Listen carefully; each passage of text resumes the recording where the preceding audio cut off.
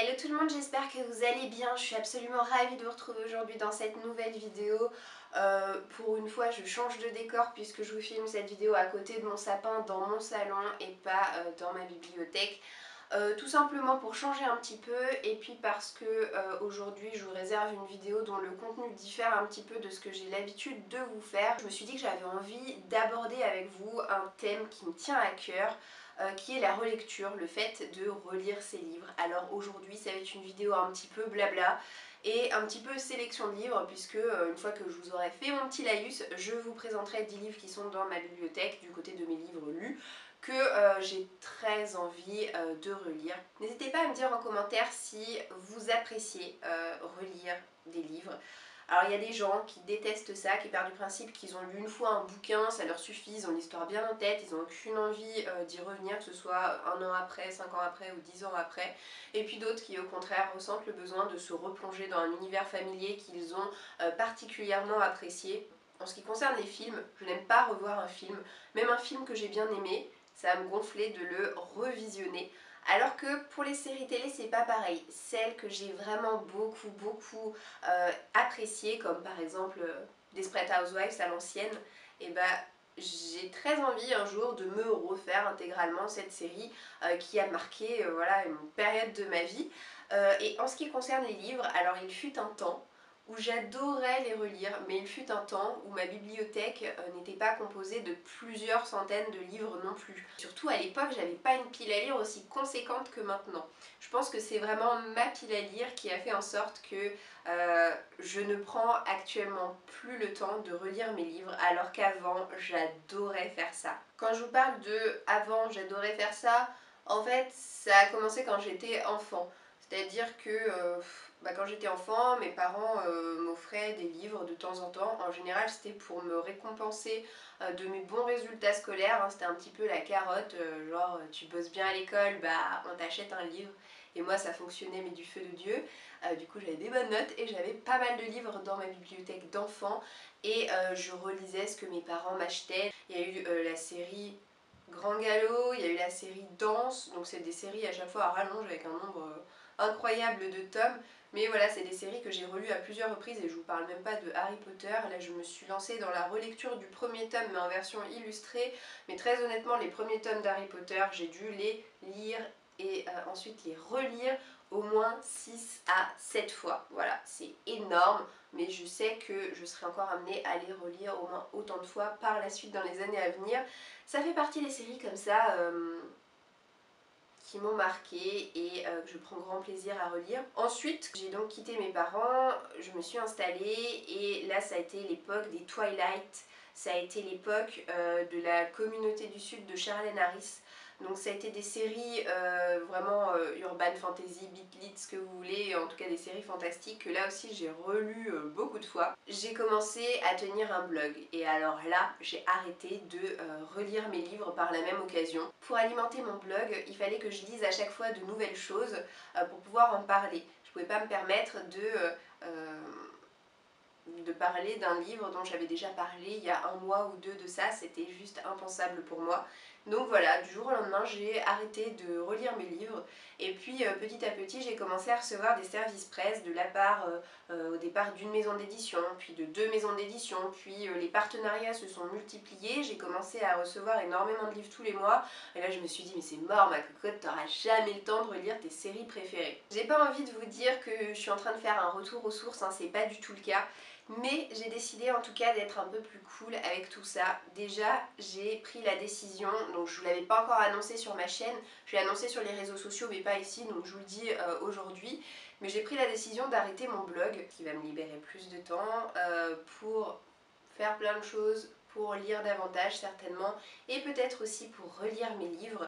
Il y a 10 livres que je vais vous présenter aujourd'hui qui sont donc dans ma bibliothèque et que j'ai très envie de relire. Je ne suis pas en train de vous dire que ça va être mon challenge de l'année 2019, hein, pas du tout. Si j'ai l'occasion d'en relire un sur les 10, ce sera déjà pas mal, je me trouverai déjà satisfaite. Mais en tout cas, c'est des livres dont j'ai pas l'occasion de vous parler puisqu'ils sont déjà lus depuis belle lurette. Donc je vais commencer par vous parler d'un livre bien de saison. Il s'agit de La véritable histoire de Noël, écrit par Marco Leno et sorti aux éditions Michel Lafon. Alors ce livre, ça a été un coup de cœur. Je l'ai lu pour la première fois en 2014, donc voilà, ça commence à remonter maintenant. Et j'ai très envie de le relire. Alors malheureusement j'aurai pas le temps de le lire ce mois-ci, mais c'est clairement un livre qu'il faut lire ou relire à la période de Noël, puisqu'il s'articule en 24 chapitres, donc un peu à l'image d'un calendrier de l'Avent, et qui va nous parler tout simplement de l'origine du Père Noël, en nous présentant tout simplement un petit garçon qui s'appelle Nicolas et qui va faire son bonhomme de chemin. L'histoire se passe bien entendu en Laponie et je la trouve absolument féerique, absolument magique et surtout très émouvante. C'est un livre dont je me rappelle avoir versé de nombreuses larmes au cours du récit et surtout sur la fin, donc voilà, pour le fait qu'il m'ait touchée comme ça à ce point, je me suis jurée en refermant ce livre après avoir tourné la dernière page que je le relirai à plusieurs reprises au cours de ma vie, tout simplement parce que je l'ai adoré. Dans un tout autre registre, et pour le coup il ne s'agit pas d'un one shot mais d'une série complète que j'aimerais relire, alors qu'il s'agit d'une série que je n'ai pas encore terminée puisqu'il me reste le tome 4 et le tome 5. Il s'agit de la série Meg Corbin écrite par Anne Bishop et sortie en format poche aux éditions Milady. On va donc rencontrer notre personnage principal qui s'appelle Meg Corbin, qui est une prophétesse de sang, c'est-à-dire que elle a pour fâcheuse habitude de se couper la peau à l'aide d'un rasoir, donc elle se fait des entailles plus ou moins profondes sur absolument tout son corps, ce qui l'amène à avoir des visions prophétiques. Elle ne peut pas s'empêcher de se couper, c'est un peu comme une drogue, c'est un peu comme une obsession. Elle était enfermée dans une espèce d'institut jusqu'à présent où les personnes qui géraient cet établissement faisaient payer à des clients des visions que pouvait avoir Meg de leur avenir, et Meg a réussi à s'enfuir. Et en s'enfuyant, elle a trouvé refuge dans ce qu'on appelle un enclos, qui est un énorme endroit où se retrouvent les autres, avec un A majuscule. Et alors les autres, c'est tout simplement une communauté surnaturelle où il y a des loups-garous, il y a des vampires, où il y a des métamorphes, où il y a plein de créatures diverses et variées, mais c'est un panel vraiment très riche qu'il y a dans ce récit, qui vont prendre Meg sous leur protection, en lui donnant un foyer, en lui donnant un travail. Ils vont prendre soin d'elle et il va arriver plein d'aventures à Meg au cours de ces 5 tomes. J'ai très envie tout simplement de me refaire les 3 premiers tomes pour ensuite avancer dans la saga. On a toujours le temps de faire quelque chose. Moi ça me fait beaucoup rire les gens qui me disent tu verras, t'as un enfant, tu n'auras plus le temps de lire. Sachez que j'ai un enfant et je lis autant qu'auparavant, voilà, pas plus, pas moins, autant, tout simplement parce que je prends le temps et c'est clairement ce qui fait la différence. Une autre trilogie que j'adorerais relire, c'est Enclave, écrite par Anna Goyer et sortie aux éditions Hachette dans leur collection Black Moon. Pour le coup, ce premier tome, je l'ai lu en 2015. Ça n'a pas été un coup de cœur, mais c'est vraiment une trilogie que j'ai trouvée qui se bonifie avec le temps. Il s'agit d'une dystopie dans laquelle on va découvrir l'Enclave, qui est un monde souterrain, puisque à tous les habitants de l'Enclave, on a sous-entendu qu'il n'existait plus rien à la surface de la Terre, que la Terre avait été ravagée et que maintenant, pour assurer sa survie, il fallait vivre dans les sous-sols de la Terre. Donc l'enclave, elle est un peu régie comme une ruche. Et notre héroïne s'appelle Trèfle, je crois que c'est l'une de mes héroïnes préférées. Elle aussi, elle pensait qu'il n'y avait rien qui pouvait l'attendre à la surface jusqu'à ce que son partenaire de chasse d'elle lui assure le contraire. Et j'avais adoré ce premier tome dans le sens où, vu que ça se passe en sous-sol, on a un fort sentiment de claustrophobie, d'autant qu'il y a des monstres mangeurs de chair humaine qui rôdent dans les tunnels, etc. Enfin voilà, c'était une série que j'ai trouvée vraiment très haletante à bien des égards, qui m'a beaucoup marquée et dont je trouve qu'on a finalement assez peu entendu parler, même à l'époque de sa sortie, et dont on n'entend plus du tout parler aujourd'hui, puisque ce livre ne fait absolument plus l'actualité, hein, ça fait belle lurette que la série est terminée. Mais voilà, j'avais envie de vous en parler aujourd'hui parce que c'est vraiment une des trilogies qui m'a le plus marquée et qu'il me ferait très plaisir de relire un jour ou l'autre. Un one-shot que j'ai lu en 2015 et que j'aimerais beaucoup relire, c'est Eleanor and Park de Ren Burwell. Ce livre est sorti aux éditions PKJ. J'aimerais le relire parce que j'ai l'impression d'être un peu passée à côté de cette histoire. Je lui avais quand même mis une bonne note à l'époque, hein. Je crois que je lui avais mis un 3 sur 5, quelque chose comme ça. Et il faut dire ce qui est, en 2015 je lisais quasiment pas de romance, hein, que ce soit historique ou contemporaine. Moi la romance ça me branchait pas des masses. On est en 1986 donc il y a un petit côté old school assez agréable quand même dans cette histoire, je tiens à le signaler. Mais on va découvrir deux personnages physiquement opposés, c'est-à-dire que Eleanor elle est bien en chair, elle est rousse. Park lui il est d'origine coréenne, il est assez chétif, assez fluet. Et puis ils vont se rencontrer dans le bus puisque Eleanor c'est la nouvelle, celle que tout le monde méprise, celle que tout le monde ignore. Et Park lui, ben, ça fait déjà quelques années qu'il est dans le même établissement scolaire. Ils vont s'asseoir un jour l'un à côté de l'autre et puis au fur et à mesure que le temps va passer, ils vont se rapprocher. Donc voilà, à l'époque j'étais pas du tout dans le même mood qu'aujourd'hui. Je pense avoir changé en bien des égards et je serais très curieuse de relire ce livre pour savoir si avec mon expérience de lectrice qui s'est accrue ces dernières années et mes goûts qui se sont affinés, si j'apprécierais pas davantage cette histoire aujourd'hui qu'en 2015 lorsque je l'ai découverte pour la première fois. Très honnêtement, est-ce que je vais vous surprendre si j'ai envie de vous dire que j'ai envie de relire la série de La Passe Miroir de Christelle Dabos sortie aux éditions Gallimard. Moi à chaque fois c'est des grosses bricasses mais c'est une série que j'aime tellement. C'est vraiment une série qui a marqué ma vie de lectrice. J'ai un peu envie de vous dire à l'image de Harry Potter mais dans un tout autre genre. Mais c'est vraiment voilà, une lecture qui me suivra très longtemps. Et j'ai envie de me refaire toute la série, alors pas maintenant, hein, quand le dernier tome sera sorti, je sais pas encore si ce sera pour 2019 ou 2020, mais en tout cas quand il sortira et que je le lirai ce dernier tome, et ben je me dirai c'est super, maintenant c'est fini, j'ai envie de pleurer, je suis triste parce que c'est fini, mais je peux me raccrocher au fait que, tout comme pour Harry Potter, j'ai la possibilité de relire quand bon me semblera les livres de cette série. On va découvrir notre héroïne qui s'appelle Ophélie, qui est donc une passe-miroir, qui a la faculté, vous l'aurez compris, de traverser les miroirs pour se rendre d'un endroit à un autre. Et elle a aussi cette capacité assez incroyable lorsqu'elle touche à main nue un objet de pouvoir en retrouver l'origine de sa fabrication et de savoir de main en main l'itinéraire de cet objet. Et Ophélie va être promise à Thorn qui est notre second personnage principal de cette série. Et donc il va lui arriver plein d'aventures, hein. Je ne vais pas vous les détailler, d'ailleurs vous êtes très nombreux à avoir déjà lu cette série, mais voilà, c'est vraiment une série que j'adore et que j'adorerais pouvoir relire d'ici quelques années. Donc il me reste 5 livres à vous montrer que je souhaiterais relire, alors parce que évidemment dans un premier temps j'ai adoré l'univers et j'ai très envie de m'y replonger, mais également dans un second temps parce que ce sont des débuts de série à chaque fois que je vais vous montrer, qu'il me reste des tomes à lire qui sont présents dans ma palle et que j'ai finalement assez peu de souvenirs des éléments importants de l'intrigue, et donc je me dis voilà, si je continue comme ça tel quel, de but en blanc, je vais me sentir un petit peu perdue. Dans un premier temps il y a Une braise sous la cendre de Sabaa Tahir sorti chez PKJ.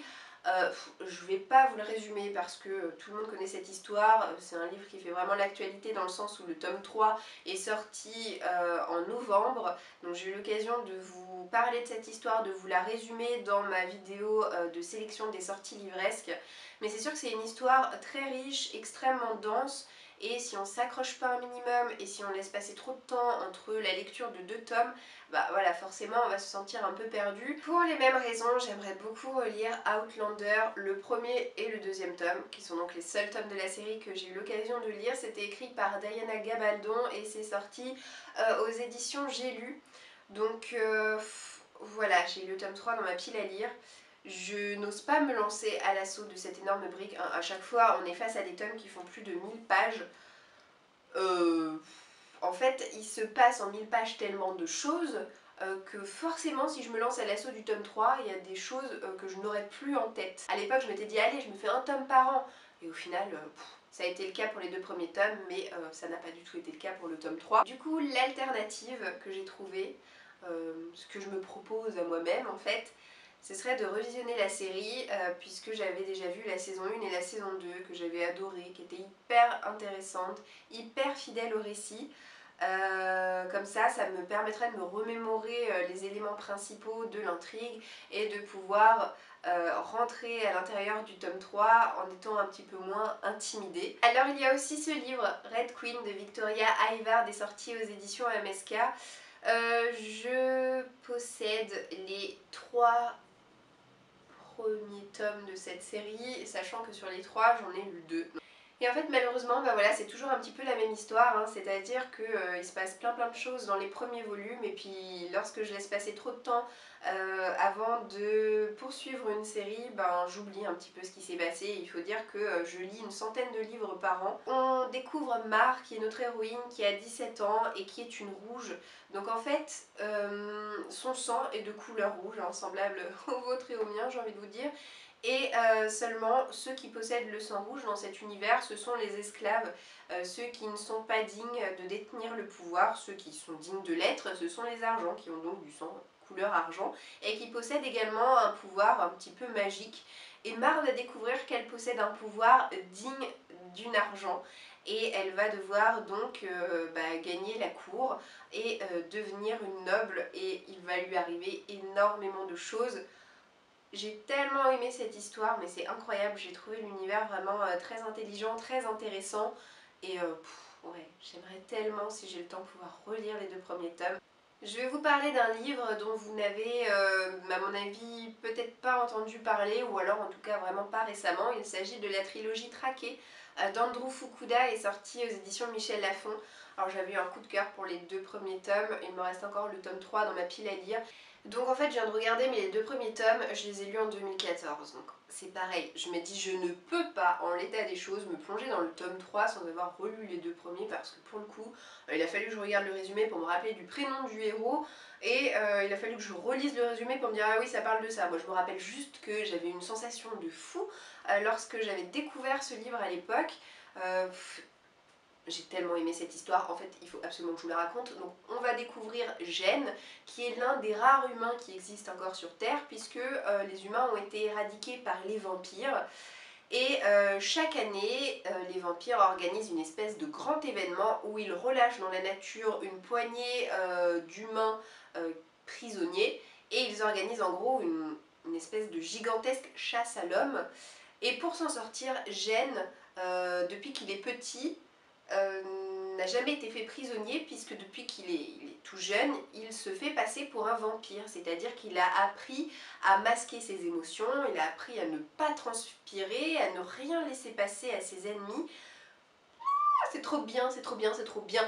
Et le dernier livre dont je vous parle aujourd'hui, le dernier livre que j'aimerais relire puisque je possède le tome 2 dans ma pile à lire et il s'agit de mémoire d'une trilogie, c'est Les Cartographes écrit par S.E. Grove et sorti aux éditions Nathan. Là aussi c'est une belle brique assez énorme que j'ai lu pour la première fois, bon il y a peut-être pas si longtemps, il y a peut-être je sais pas, je dirais 2 ans, quelque chose comme ça, mais en fait l'univers est tellement dense et tellement complexe, il faut tellement s'accrocher avec cette histoire. Les continents se sont un petit peu mélangés dans des périodes historiques différentes, c'est-à-dire que dans un pays on va être à la préhistoire, alors que dans le pays d'à côté on va être au Moyen-Âge.